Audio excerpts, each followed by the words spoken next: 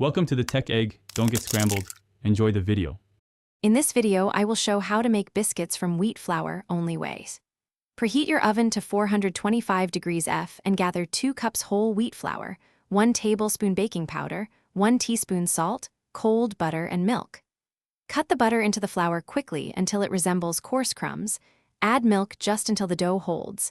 Then pat, cut, and bake until golden for about 12. Start by whisking your dry ingredients so baking powder and salt distribute evenly, which helps biscuits rise and taste balanced. Keep the butter cold and cut it in quickly. Little pea-sized bits create steam pockets for flakiness. When you add milk, pour slowly and fold gently until the dough barely comes together, then pat it to about 1 inch thick and avoid pressing too hard to maintain light texture.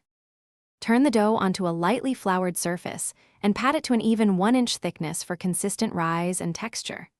Use a sharp cutter pressed straight down without twisting to get tall layers, and place biscuits close for soft sides or spaced for crusty edges. Brush tops with milk or butter, bake on a preheated sheet until golden, then cool briefly before serving warm.